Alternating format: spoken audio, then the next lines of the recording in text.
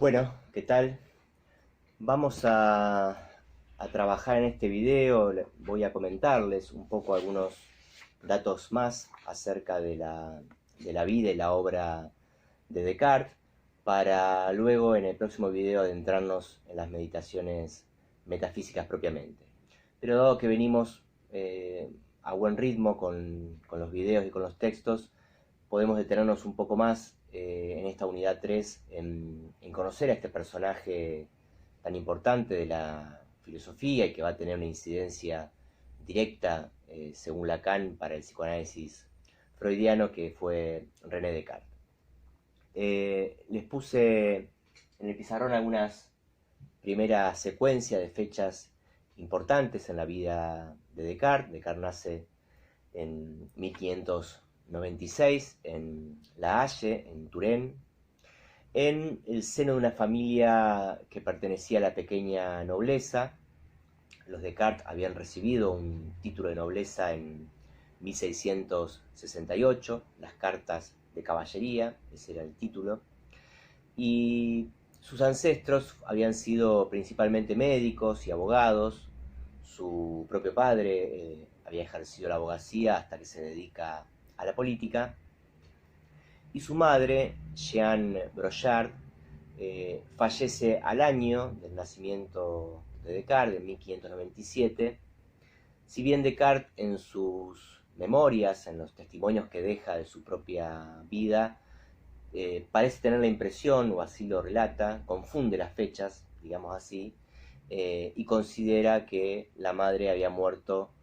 un par de días después de darlo a luz a él, ¿no? Cosa que biográficamente no es cierta, pero que, podemos decir así, en la novela familiar de Descartes, él lo recordaba de esa manera, ¿no? Tenía ese recuerdo encubridor de haber sido prácticamente el responsable de la muerte de su madre, que lo dio a luz y falleció en realidad un año después. Lo cierto es que la madre de Descartes tenía una salud bastante frágil, y Descartes considera que él había heredado esa fragilidad, y que por eso pasó gran parte de su vida enfermo, con una salud muy, muy endeble. En 1605 y hasta 1613, Descartes cursa sus estudios en el Colegio Real de la Fleche, que era uno de los mejores colegios de Francia de aquel entonces, que estaba bajo la tutela de los jesuitas. Si bien no todos los profesores que impartían clases allí pertenecían a esa confesión. Eh, si bien se sabe que la educación en la Fleche era gratuita, la familia de Descartes tuvo que costear los libros de textos, las actividades que hoy llamaríamos extracurriculares, danza, dibujo, esgrima, música, y el alojamiento de Descartes en la Fleche. Todo eso corrió a cuenta de los costos que pagó la familia. Eh, Descartes, como les decía, permaneció allí hasta 1613. Ya en aquellos años, al igual que muchos autores de esa época, Descartes se mostraba muy desconfiado respecto de la autoridad de los clásicos, y solo aceptaba lo que él mismo había podido razonar o comprobar por sí mismo. Esta exigencia de pruebas, como sabemos, va a ser un elemento que lo va a acompañar en su filosofía posterior. En la Fleche también Descartes conoce los ensayos de Montaigne, quien, como vimos en otros videos y a partir de los textos de Coiré-Gisson, fue un referente, uno de los exponentes del movimiento del escepticismo, considerado por muchos el padre del escepticismo. Descartes conoce sus ensayos mientras está en la Fleche, así como conoce también lo que va a ser su novela preferida, según sus palabras, una novela quizá de los últimos libros de caballería, de 1507, El Amadís de Gaula, que dio lugar a su vez a ser una fuente de inspiración para nuestro Cervantes y el Quijote. Eh, Descartes estaba decepcionado con la escolástica, que consideraba él subsumía la filosofía a la teología y usaba la deducción para llegar a sus conclusiones, pero no obstante rescata de su paso por la Fleche el encuentro con las matemáticas. Dice Descartes en el discurso del método: me gustaba sobre todo las matemáticas por la certeza y la evidencia de sus razones, pero aún no conocía su verdadero uso. Y al pensar que solo servían para las artes mecánicas, me extrañaba que, siendo sus cimientos tan firmes y sólidos, no se hubiese construido sobre ellos nada más elevado. En 1616 cursa estudios de Derecho en Poitiers, se gradúa el 10 de noviembre de ese año. En ese caso le puse el día y el mes de estas fechas porque se da la coincidencia, hay algunas elucubraciones, ¿no?, un poco místicas acerca de por qué le pasaron a Descartes ciertas cosas importantes todos los 10 de noviembre durante varios años. Lo cierto es que el 10 de noviembre del 16, de 1616, Descartes se gradúa de Derecho y cuando se titula va a hablar con su padre para ver qué va a hacer de su vida, finalizada su formación, y el padre, que no lo tenía muy en gracia a Descartes, por lo que se sabe, lo consideraba un ridículo y un estrafalario, al punto de que Descartes no le reconoce ni a su padre ni a su familia ninguna incidencia en su formación. El padre le dice que por ser el hijo segundogénito, no ser el hijo mayor, Descartes debía o bien ocupar un cargo eclesiástico, y ya hemos dicho, Descartes no veía con buenos ojos la eclesiástica, o bien alistarse en el ejército. Descartes termina optando por el ejército de Mauricio de Nassau, y si bien pasó gran parte de la campaña de guerra en el campamento, no se privó de participar de las distracciones y las diversiones de la mayoría de los soldados de aquellas épocas. Dicen los biógrafos que, bueno, bebió, persiguió mujeres, se batió en algunos duelos y fundamentalmente jugó a las cartas y a los naipes, afición que mantuvo a lo largo de toda su vida y con la que supo ganar sumas interesantes de dinero. Los soldados, sus compañeros de campamento, consideraban que Descartes era imbatible en ese tipo de juegos que implicaban la lógica y la matemática. El 10 de noviembre de 1618, Descartes conoce a Isaac Beckman, nombre que quizás les suene de la historia de la ciencia. Fue el que desarrolló la ley de caída de los cuerpos y que sentó las bases para lo que luego va a ser la famosa ley de inercia. Este encuentro de Beckman y Descartes lo aproximó a Descartes a la ciencia matemática, a la física matemática de Galileo, y desde ahí despertó un interés por esa ciencia, por esa física, que Descartes no va a abandonar nunca más. El 10 de noviembre, también insistiendo con estas fechas, otro 10 de noviembre, pero en este caso de 1619, Descartes tiene una serie de sueños, tiene 3 sueños en una misma noche, de cuyo contenido no se sabe, pero que él refiere que en esos sueños él vislumbra que se debe dedicar a la ciencia y a la búsqueda de la verdad, y que en esos sueños él recibe una especie de mensaje que debía, a lo largo de toda su vida, tratar de explicar los fenómenos naturales en términos matemáticos, como él ya había leído en Galileo. El 10 de noviembre, finalmente, siguiendo las secuencias de los 10 de noviembre de cada año, el 10 de noviembre de 1620, Descartes abandona su vida burguesa y se dedica de lleno a la filosofía. Bien, hice una pequeña pausa para reponer la cuestión de las fechas. En 1625, Descartes se instala en París,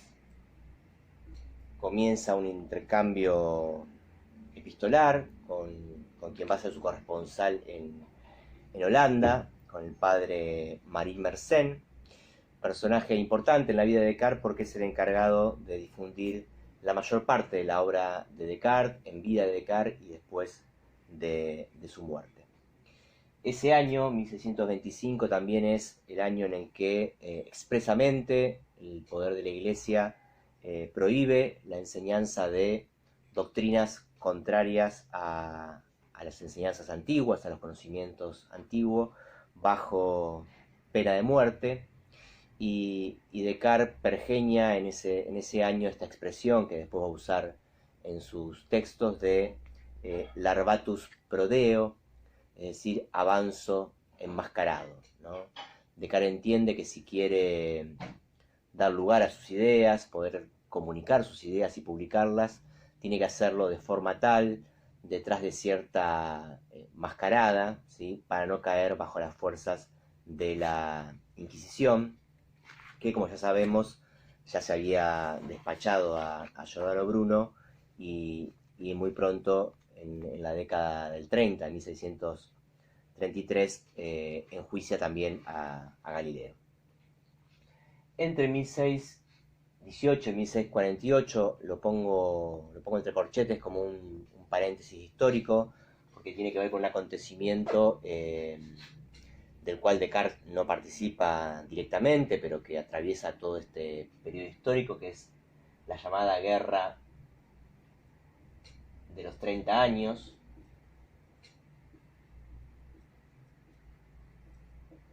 o Guerra de las Confesiones, que nace del enfrentamiento entre los reformistas luteranos, entre la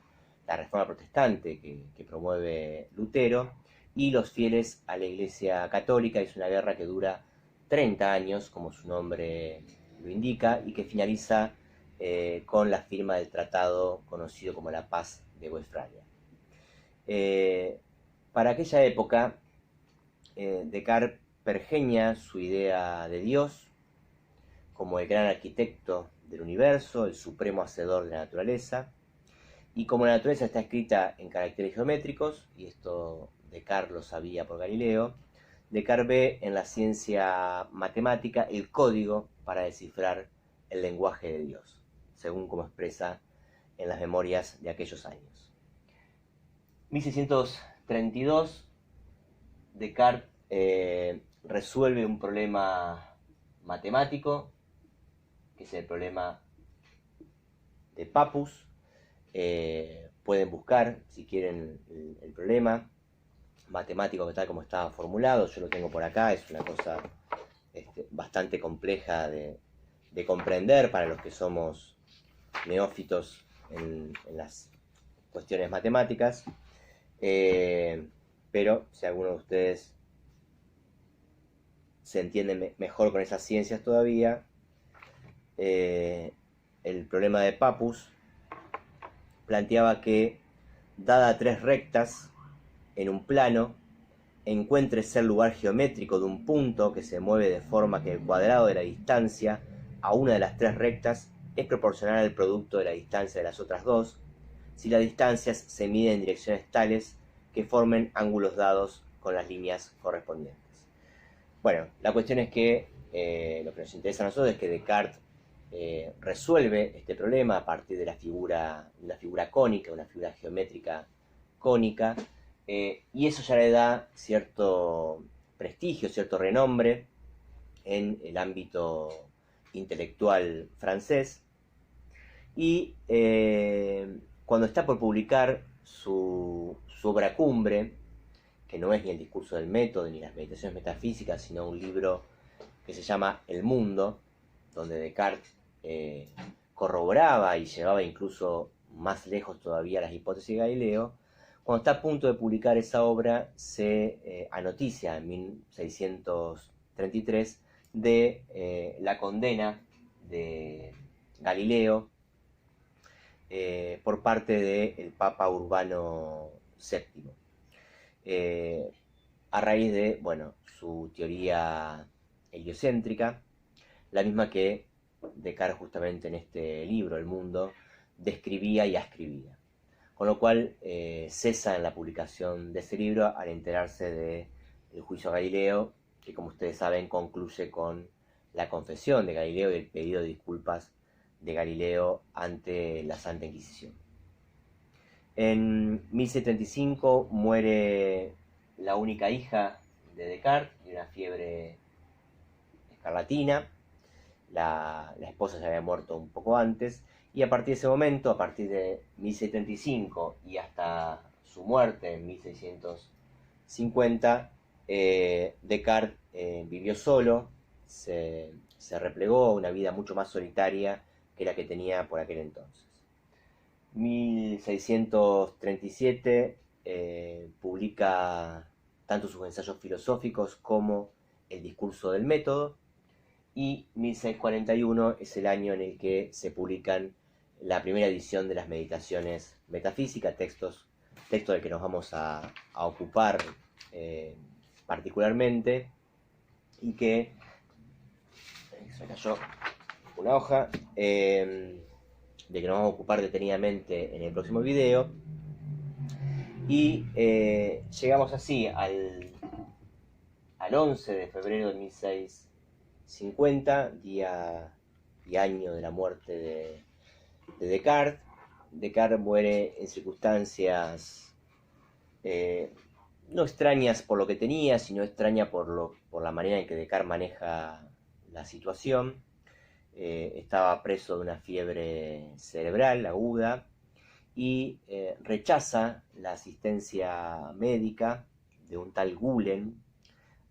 a quien consideraba su enemigo, ¿no? Todo el mundo le recomienda la asistencia médica de este tal Gulen, y Descartes la rechaza, decide autotratarse, automedicarse, y dicen los biógrafos, bueno, termina tomando remedios disparatados y muere entre las 3 y las 4 de la madrugada de ese 11 de febrero de 1650. Bueno, hecho este recorrido más o menos rápido por la vida y la obra de Descartes, para que ustedes tengan algunas fechas un poco más precisas y puedan ubicar el pensamiento de Descartes en su época, vamos a ir la próxima a trabajar muy detenidamente, sobre todo les diría las primeras meditaciones, de las 6 meditaciones que componen ese libro. Vamos a trabajar más pormenorizadamente las 3 primeras, y un poco más rápido las 3 últimas, por considerar que, bueno, en esas 3 primeras meditaciones, en la segunda sobre todo, está la formulación del cogito, que es muy importante para la lectura que Lacan va a hacer de Descartes. Así que bueno, seguimos la próxima trabajando un poco más en la unidad 3. Les mando un saludo afectuoso y espero que anden bien.